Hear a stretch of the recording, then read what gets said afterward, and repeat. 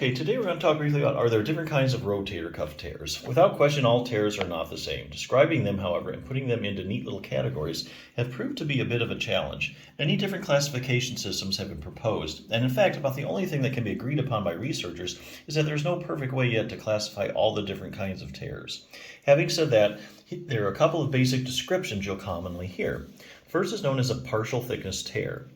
This is when the fibers of the rotator cuff tendon have been torn only part of the way through. These kinds of tears commonly occur in one of three spots in the rotator cuff tendons and are named after the location of the tear. So there's bursal side tears, intratendinous tears, and articular side tears. So it's not torn all the way through, just partial of the tear. As you can see, the bursal side tear occurs on the part of the rotator cuff that faces the subacromial bursa. Articular tears occur on the part of the rotator cuff that faces the joint, and intratendinous tears occur inside the fibers of the rotator cuff. Now, the second is known as a full thickness tear and is used when a rotator cuff tendon has been torn all the way through. You can compare this by poking a hole into a piece of paper with a pencil. The entire thickness of the paper has been torn completely through. Here's a basic picture of one.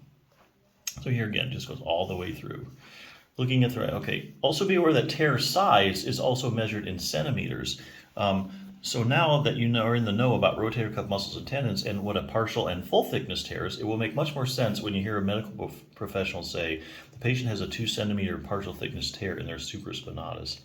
In case you're wondering just how many centimeters is considered big or small, here's a general guideline. A small tear is less than 1 centimeter. A medium tear is 1 to 3 centimeters. A large tear is 3 to 5 centimeters. And a massive tear is more than 5 centimeters. So there you go.